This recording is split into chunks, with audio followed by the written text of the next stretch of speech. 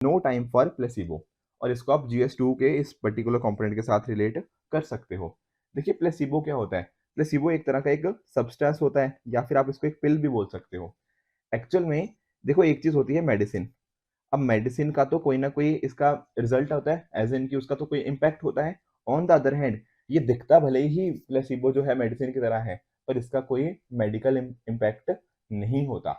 तो होता क्या है, जब हम करते हैं मान लीजिए क्लिनिकल ट्रायल्स, तो जो अलग अलग पार्टिसिपेंट्स हैं उनको अलग अलग चीजें दी जाती हैं। जैसे मान लीजिए किसी को दे दी मेडिसिन, किसी को दे दिया प्लेसिबो। प्लेसिबो क्या है? एक पिल है, दिखती मेडिसिन की तरह है, पर है नहीं मेडिसिन। अब क्योंकि देखो प्लेसिबो कोई एक्टिव ट्रीटमेंट तो है नहीं, ठीक है ना, इसका किसी के ऊपर इम्पैक्ट नहीं आएगा, पार्टिसिपेंट के ऊपर कोई भी इम्पैक्ट नहीं होगा उसकी पर्टिकुलर कंडीशन के अंदर। अब जब इस तरह की सिचुएशन आ जाती है कि जब हमने कुछ लोगों को पिल ये दिया प्लेसिबो, कुछ लोगों को दी मेडिसिन, अब पार्टिसिपेंट का क्या इम्पैक्ट आया उसके ऊपर, ठीक है ना? मेडिसिन से क्या एक्चुअल में हमें पार्टिसिपेंट की कंडीशन बेहतर होती है दिखी है? क्या वो प्लेसिबो की वजह से तो नहीं है? तो इस वजह से हमें पता क्या लग जाता है, हमें पता लग जाता है कि जो हम कहीं ना कहीं ड्रग इंट्रोड्यूस करना चाहते हैं, उसकी इफेक्टिवनेस है भी या नहीं है, या फिर सिर्फ इस इंसान को एक साइकोलॉजिकल बेनिफिट दिखा जिसकी वजह से उसके पार्टिसिपेंट का अ, उसका जो है कि पॉजिटिव रिजल्ट उसको देखने को मिला एक साइकोलॉजिकल रीजन की वजह से, राइट? अब देखो इंडिया में ये बात क्यों कर रहे हैं, इंडिया में एक्चुअल में ना देखो, अभी आपको रिसेंटली एक न्यूज सुनने को मिली थी, जहां पर क्या हुआ कि made in pharmaceutical pharma limited है, ये हरियाणा बेस्ड एक कंपनी है। इनका जो ड्रग्स थी वो प्रोडक्ट थे, एक तरह से कोल्ड एंड कफ सिरप था, वो गैम्बिया में गया। और गैम्बिया में ऐसा देखा गया WHO के द्वारा कि वहां पे जो 66 चिल्ड्रन की नियरली डेथ हुई है, उसको इसके साथ लिंक करके देखा गया। अब इंडिया को जो सबसे एपेक्स ड्रग रेगुलेटर है, that is CDSCO, central drug standard control organisation, इसके ऊपर कुछ ना कुछ क्वेश्चन उठ गए हैं, ठीक है? तो इंडिया को ना, राइटर यहाँ पे बात कर रहे हैं कि इंडिया को जो इंडिपेंडेंट रेगुलेटर है, इसकी जो इमेज है, हमें इसके ऊपर काफी अच्छे से काम करना पड़ेगा, राइट? अब देखो ये जो अभी हमारे पास सिचुएशंस आई, इसको कहीं ना कहीं हमने DEG, that is di ethylene glycol and ethylene glycol के साथ रिलेट करके देखा गया। दरअसल में अगर मैं बात करूं थोड़ी DEG के बारे में, तो ये एक तरह का क्या है, सॉल्वेंट होता है। ये एक सॉल्वेंट तो है, बट ये कलरलेस है, ऑर्डरलेस है, ठीक है ना?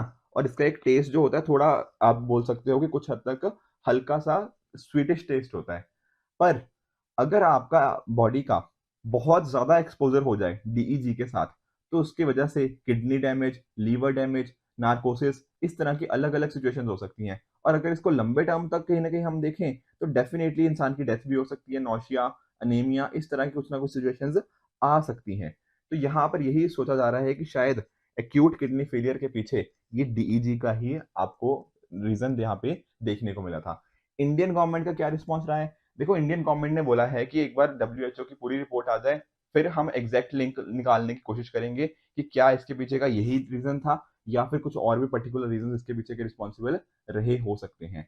अब देखो बात करें अगर Indian drugs and cosmetics act की, इस पर्टिकुलर एक्ट के अंदर होता क्या है कि हमने काफी अच्छी अगर कोई इसको वायलेट करता है तो उसके पीछे काफी स्ट्रॉन्ग उसके पनिशमेंट्स हैं। पर ऐसा देखा गया है कि इनको एग्जीक्यूट नहीं किया जाता। देखो लॉ बनाना एक चीज होती है, उस लॉ को इम्प्लीमेंट करना, उसके अगर स्ट्रॉन्ग रेगुलेशंस को अगर आप इम्प्लीमेंट नहीं करते हो, तो लॉ कहीं ना कहीं आपका उतना इंपॉर्टेंट नहीं रह जाता।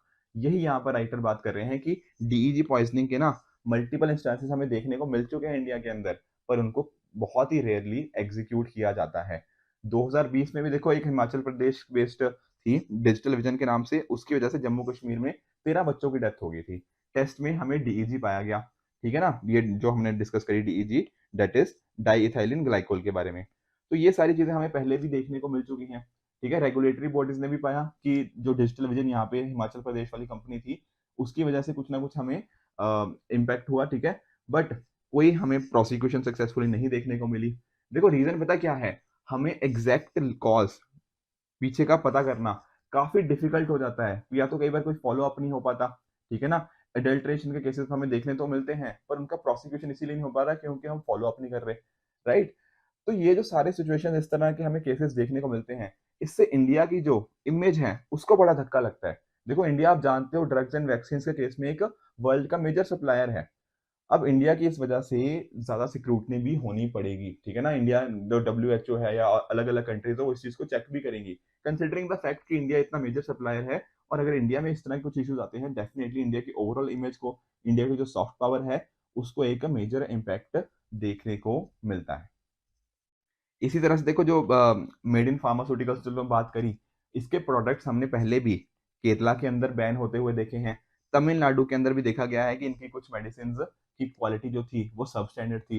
तो यहाँ पर डिसऑनेस्टी के कुछ केसेस हमें पहले से भी देखने को मिले हैं। अब देखो राइटर यहाँ बात कर रहे हैं कि पैंडेमिक के अंदर इंडिया ने बहुत अच्छा काम किया। इंडिया की जो इमेज थी वो बहुत आगे बढ़ के आई। काफ़ी पॉलिश्ड एक इमेज इंडिया की निकल के आई क्योंकि एक ग्लोबल मार्केट के अंदर हमने काफ़ी सारी ड्रग्स को उस टाइम पे एक्सपोर्ट किया, जो लोगों की रिक्वायरमेंट्स थी उनको हमने पूरा किया।